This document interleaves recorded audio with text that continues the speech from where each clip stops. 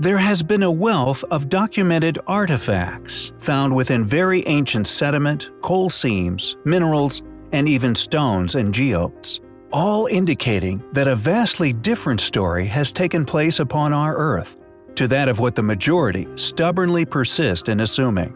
So many pieces of evidence, in fact, it seems that it has been an impossible task for an unknown group of tyrants who, for whatever reason, have attempted to conceal or suppress such discoveries, or more importantly, hide the historical tales in which they are all trying to tell us. And these next three are no exception.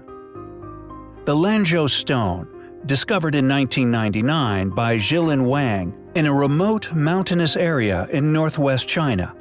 Upon research being undertaken, it was established to be unexplainable. The rock is made of an unknown material, and the metal artifact embedded within may quite possibly have alien origins. As reported in the Lanzhou Morning News on June 26, 2002, more than 10 geologists, physicists, and other specialists from such institutes as the National Land Resources Bureau of China, the Institute of Geology and Minerals Research, and the School of Resources and Environment all eventually studied the possible origins of the stone.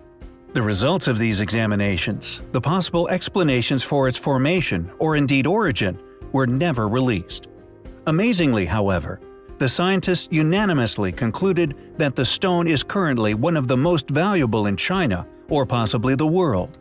When pressed for further explanation, it was disclosed that the rock will apparently be extremely important for future research and, quote, archaeological studies. Any further disclosure regarding the scientists' discoveries has remained elusive. The Wolfseg iron has a similarly suppressed story. Over 20 million years old, this extremely ancient and clearly once worked cube of iron may also have come from space. Indeed, that is a conclusion many educated researchers arrived at. Although attempts to discredit such claims involve recent testing, which has shown the cube lacks usual elements present in meteoric material, they all avoid mentioning its strong magnetic characteristics, a signature uncannily similar to that found in meteorites and other objects with an otherworldly origin. It was discovered when a workman at the Braun Iron Foundry in Schöndorf, Austria, was breaking up a block of lignite that had been mined at Wolfseg.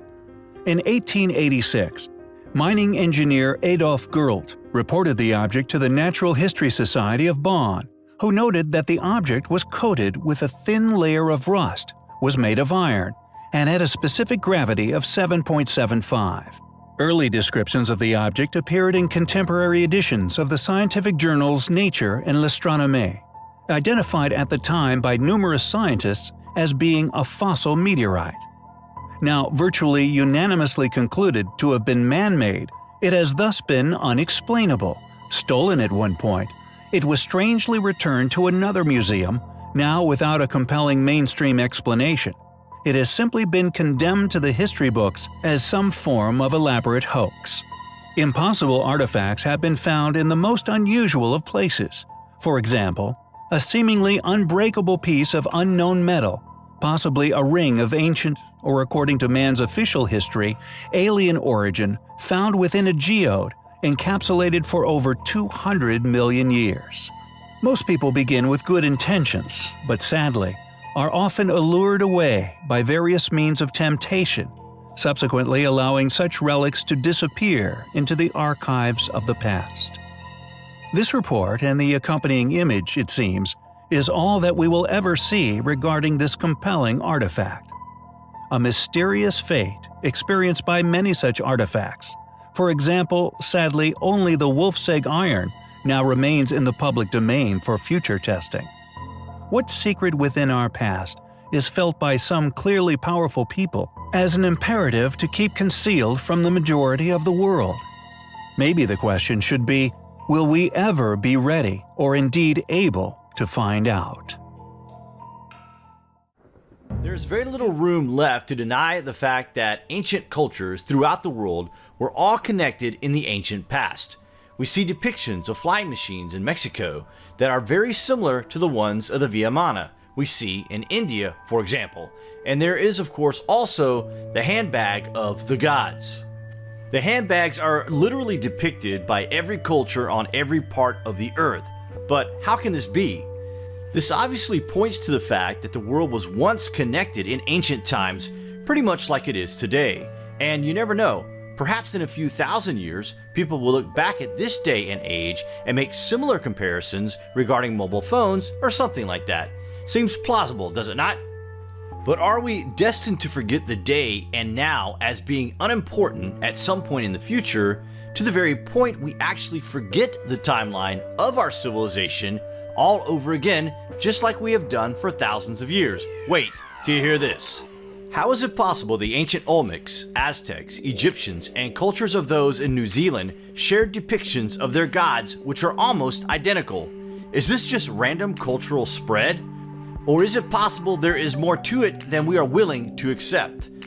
The Leventa Stele 19 offers a curious representation of the feathered serpent, a humanoid figure sitting in some kind of vehicle or chair as if manipulating some sort of device. At first, this may not sound extraordinary or weird. However, it becomes strange when you find nearly identical representations of gods halfway around the world. According to the Maori legend, the god Parenga flew on his magical bird from his legendary dwelling Hawaii to New Zealand. Curiously, according to legend, this ancient god came from heaven riding a silver bird. These two cases are reminiscent of the Mayan lord Pakal's sarcophagus. In this depiction, Pakal appears to be operating a machine with a flame coming out of the bottom of it. It is so named Lord Pakal's spaceship because of these features.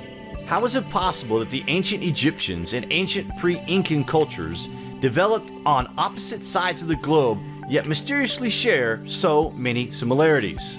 Not only are we referring to architecture and symbolism, we can easily include religion and science into the list of shocking similarities that are not only being ignored by mainstream scholars, they are even being repressed as if a giant cover-up in ancient history is occurring before our very eyes.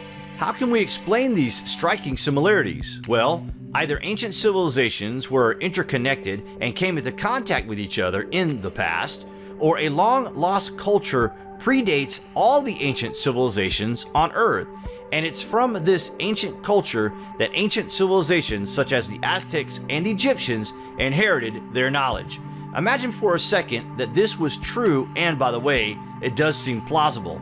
An ancient forgotten civilization inhabited our planet.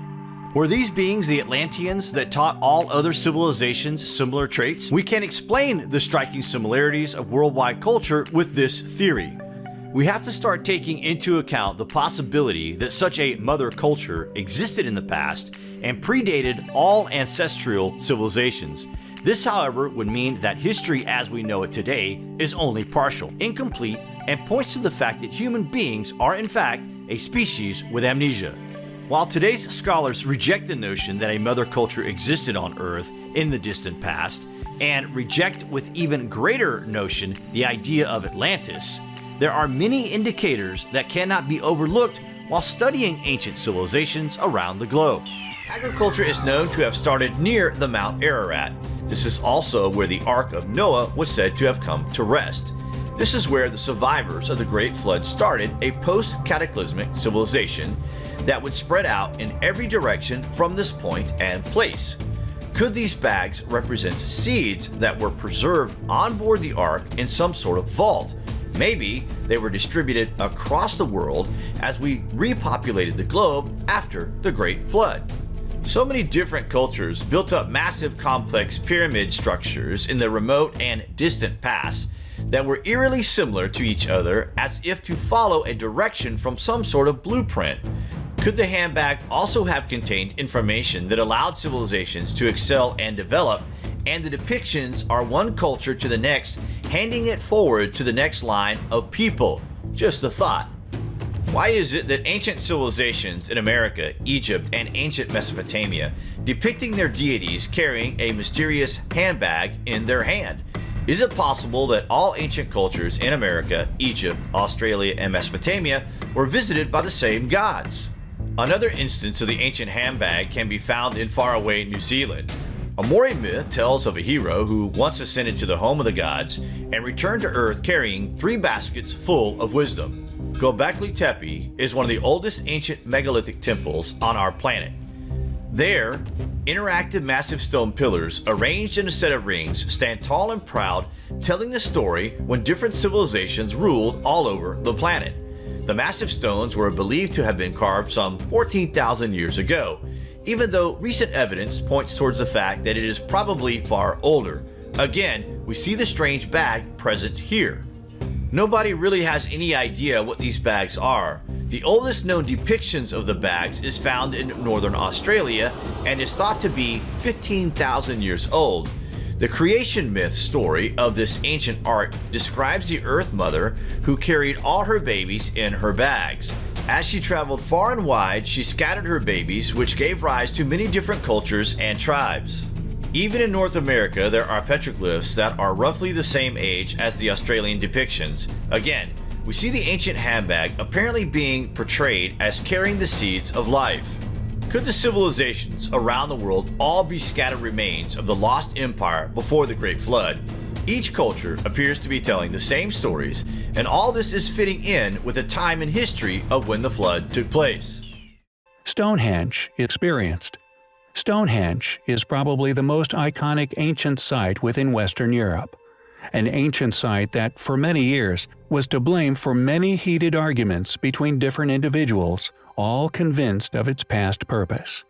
Now largely accepted to be a celestial calendar and a meeting place for many ancient people who came together at solstices to hold elaborate and purportedly promiscuous festivals.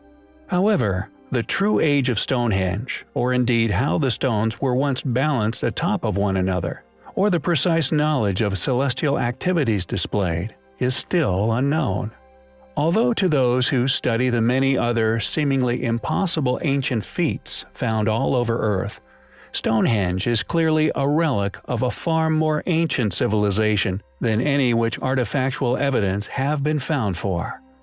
In 1808, William Cunnington, one of Britain's earliest professional archaeologists, discovered what has become known as the crown jewels of Stonehenge. They were found within a large Bronze Age burial mound, today known as Bush Barrow. Within the barrow, Cunnington found ornate jewelry, including an intricately decorated dagger.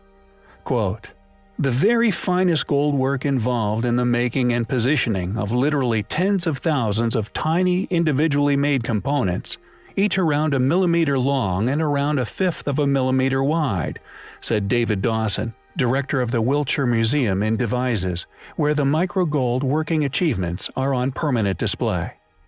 The amazing process involved in creating the handle of just one dagger included up to 140,000 tiny gold studs, each just a third of a millimeter wide. The first stage involved manufacturing extremely fine gold wire, just a little thicker than a human hair. The end of the wire flattened to create a stud head, then cut with a very sharp razor no more than a millimeter below the head. This delicate procedure was then repeated literally tens of thousands of times.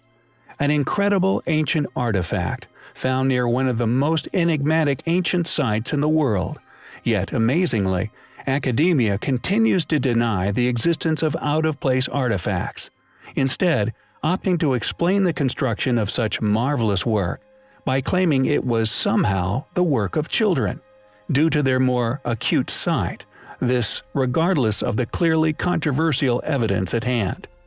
Who created such astonishing microscopic jewelry? Were these amazing artifacts once the possession of the actual builders of Stonehenge? Incredible items that are clearly amazing ancient oparts.